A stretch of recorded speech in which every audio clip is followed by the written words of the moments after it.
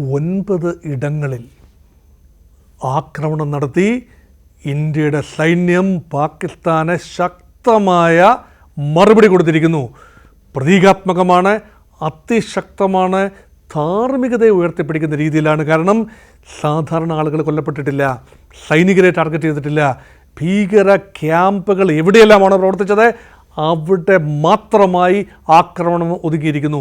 24 ഇടങ്ങൾ ഐഡൻറ്റിഫൈ ചെയ്യുകയും 9 ഇടത്തേക്ക് ആക്രമണം ചുരുക്കുകയും ചെയ്തുകൊണ്ട് വ്യക്തമായ സൂചനയാണ് തന്നിരിക്കുന്നത്. എന്തുകൊണ്ടാണ് ഈ ആക്രമണം ഇന്ന സ്ഥലങ്ങളിലേക്ക് പോയത് എന്ന ഒരു പരിശോധന നടത്തേണ്ടതുണ്ട്. നോക്കൂ, ഹിസ്ബുൾ മുജാഹിദീൻ്റെ ക്യാമ്പുകൾ ആക്രമണ വിധേയമായി. ഹിസ്ബുൾ മുജാഹിദീൻ ഇപ്പോൾ അധികം സംസാരിക്കുന്ന ഒരു സ്ഥലമല്ല എന്നോർക്കണം. ജയ്ഷെ മുഹമ്മദിൻ്റെ ക്യാമ്പുകൾ ആക്രമണ വിധേയമായി. ജയ്ഷെ മുഹമ്മദും കഴിഞ്ഞ പഹൽഗാം ആക്രമണത്തിൽ നേരിട്ട് പങ്കെടുത്ത തീവ്രവാദ വിഭാഗമല്ല എന്നോർക്കണം.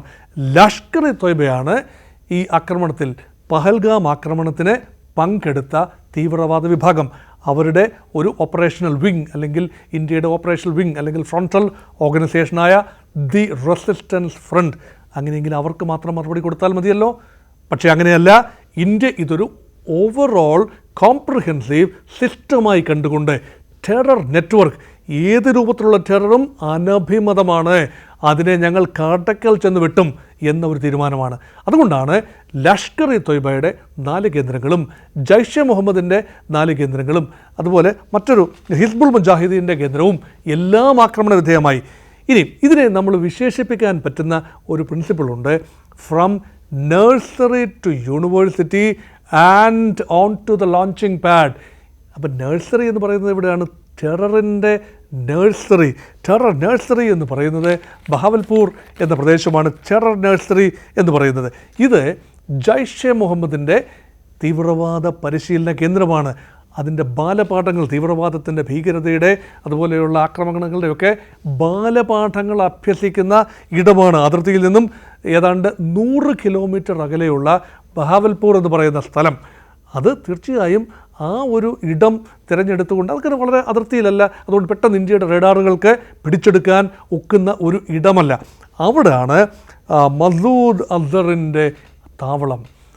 അതുകൊണ്ട് 1999 ഈ കാണ്ഡഹാർ വിമാനറാഞ്ചൽ സംഭവം ഇതെല്ലാം ചേർത്ത് ഇന്ത്യ വിട്ടുകൊടുക്കേണ്ടി മനസ്സില്ലാ മനസ്സോടെ നിവൃത്തികേട് കൊണ്ട് ഇന്ത്യ മോചിപ്പിച്ച കൊടും ഭീകരനാണ് മസൂദ് അസർ.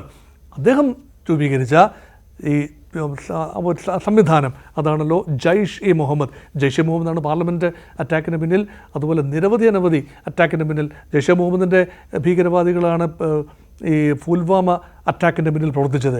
അതുകൊണ്ട് ജയ്ഷിൻ്റെ കേന്ദ്രങ്ങളിൽ ഓപ്പറേഷൻ നടത്തി. കഴിഞ്ഞ 2019 നമ്മൾ സർജിക്കൽ സ്ട്രൈക്ക് നടത്തി. ബാലാക്കോട്ട് ജയ്ഷിൻ്റെ താവളമായിരുന്നു.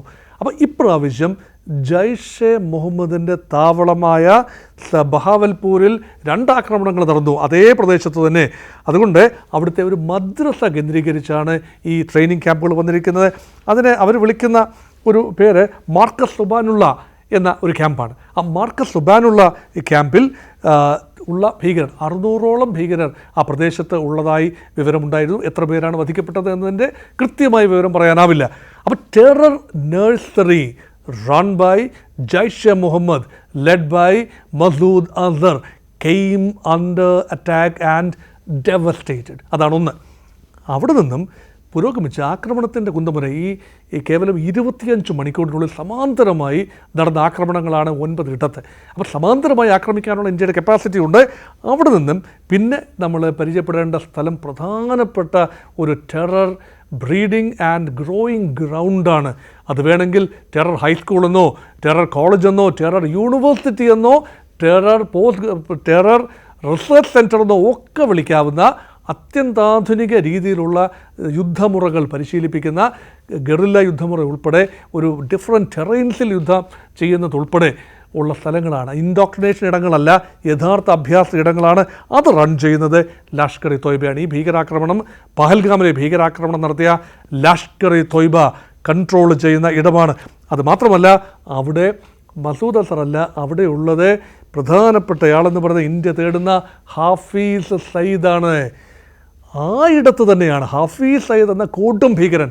അദ്ദേഹത്തിന് താവളമാണ്. അദ്ദേഹത്തെ സുരക്ഷിതമായ ഇടത്തേക്ക് പാകിസ്ഥാൻ സൈന്യം മാറ്റി എന്നതും കൂടെ ചേർത്ത് വായിക്കണം. ഹഫീസ് സയ്യിദിൻ്റെ ഒരു കൺട്രോളിലാണ്, കെയർ ഓഫിലാണ് തഹാവൂർ റാണയും ഇപ്പോൾ അമേരിക്ക ഇന്ത്യക്ക് വിട്ടു നൽകിയ തഹാവൂർ റാണ, അതുപോലെ ഡേവിഡ് കോൾമാൻ ഹെഡ്ലിയും അമേരിക്കൻ പൗരന്മാരായിരുന്നു.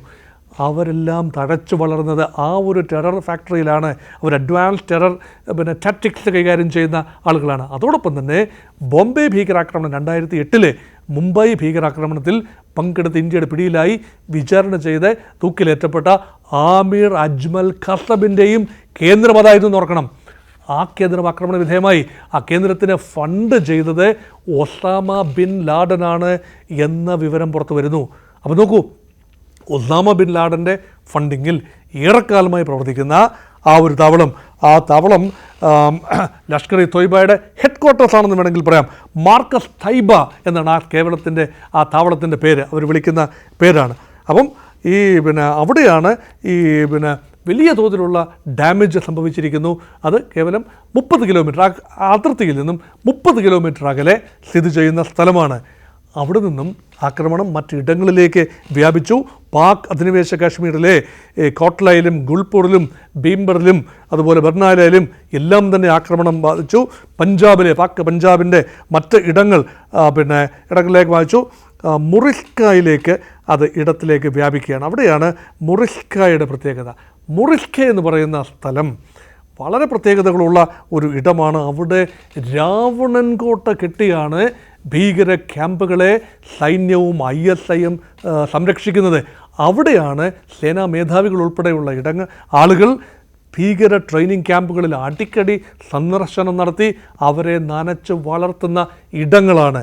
അവിടെ നിന്നും പോകുന്നത് ലോഞ്ചിങ് പാഡിലേക്കാണ്. അവിടുന്ന് ഭീകരർ പോകുന്നത്, മുറിസ്കയിൽ നിന്നും ഭീകരർ പോകുന്നത് ലോഞ്ചിങ് പാഡിലാണ്. പാക് അധിനിവേശ കാശ്മീർ, ഇന്ത്യയുടെ വളരെ അടുത്ത് കിടക്കുന്ന മുസഫറാബാദ് പോലെയുള്ള ലോഞ്ചിങ് പാഡിലേക്കാണ് ഭീകരർ പോകുന്നത്.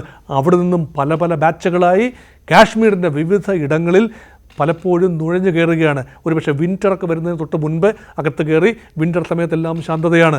അതിനുശേഷം ഒരു സ്പ്രിങ്ങൊക്കെ ആകുമ്പോഴാണ് അവർ പതുക്കെ സർഫസ് ചെയ്ത്. ഈ ആക്രമണത്തിലും യഥാർത്ഥത്തിൽ ഈ പഹൽഗാം ആക്രമണത്തിലും സംഭവിച്ചിരിക്കുന്നത് ആ രീതിയിലുള്ള ഓപ്പറേഷനാണ്. അപ്പോൾ ഇന്ത്യ എണ്ണി പറഞ്ഞു എവിടെയെല്ലാമാണ് ക്യാമ്പുകൾ, ഞങ്ങൾ എന്തുകൊണ്ട് ഇത് ടാർഗറ്റ് ചെയ്തു, ആരൊക്കെ അവിടെ ട്രെയിൻ ചെയ്യപ്പെട്ടു, അവർ ചരിത്രപരമായി ഇന്ത്യക്കെതിരെ നടത്തിയ നീക്കങ്ങൾ എന്തെല്ലാമാണ്. അന്താരാഷ്ട്ര സമൂഹത്തോട് എണ്ണി കാര്യങ്ങൾ പറയുന്ന ഇന്ത്യയുടെ സൈനിക നേതൃത്വത്തെ നമ്മൾ കണ്ടു. അതുകൊണ്ടാണ് ഇതിനൊരു പാറ്റേൺ ഉണ്ട്, ഒരു ത്രെഡ് പാറ്റേൺ ഉണ്ട്.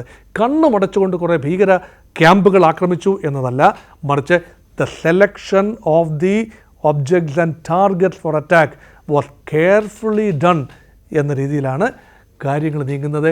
വൻ വിജയമായി ഈ ഓപ്പറേഷൻ്റെ പിന്നിലെ ഒരു രീതിശാസ്ത്രം വിശദീകരിക്കാൻ വേണ്ടിയായിരുന്നു ഇങ്ങനെ കാര്യങ്ങൾ ഞാൻ വിശദീകരിച്ചത്.